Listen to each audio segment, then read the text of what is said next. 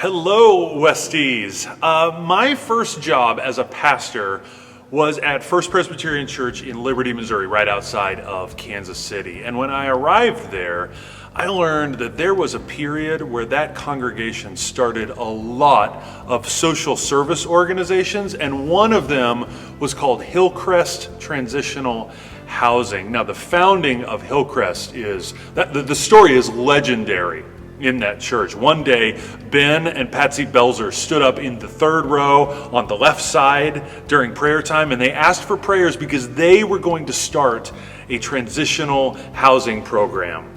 The idea to begin this work was actually rooted in their real life experiences. The Belzers were successful and prosperous business owners, but during the 70s, sometime in the 70s, Ben and Patsy suffered a sudden financial crisis. It caused them to lose their business and everything. It forced them into unemployment. They were desperate. But through the support and concern of a local Christian community, the Belzers were able to regain their way of life, and they were inspired to create a program that would teach other people in desperate situations how to get back on their feet. And by 1976, the Belzers had moved their first families into a Hillcrest housing facility in Liberty, Missouri. In fact, our director of mission, Rhonda Hefton, told me that when they started Hope House here in OKC, they consulted with the folks at Hillcrest. So it's a great story, and it's paying dividends. I love this story because it is an example